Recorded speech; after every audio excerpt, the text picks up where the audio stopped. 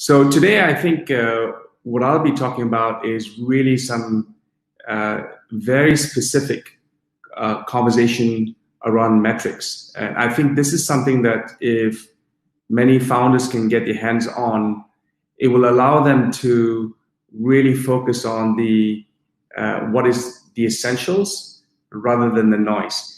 It's very easy for founders to get distracted by a lot of different advice, a lot of different material which is out there, available on the internet, and then also get distracted by customers, by investors. But I think if you get a clarity around what are the good metrics to follow, that will really be helpful for your journey for success.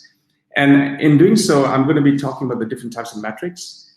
I'll also be talking about how you can come to a conclusion in terms of choosing the right metrics for your business. And then from there on, it's all for you to take it forward.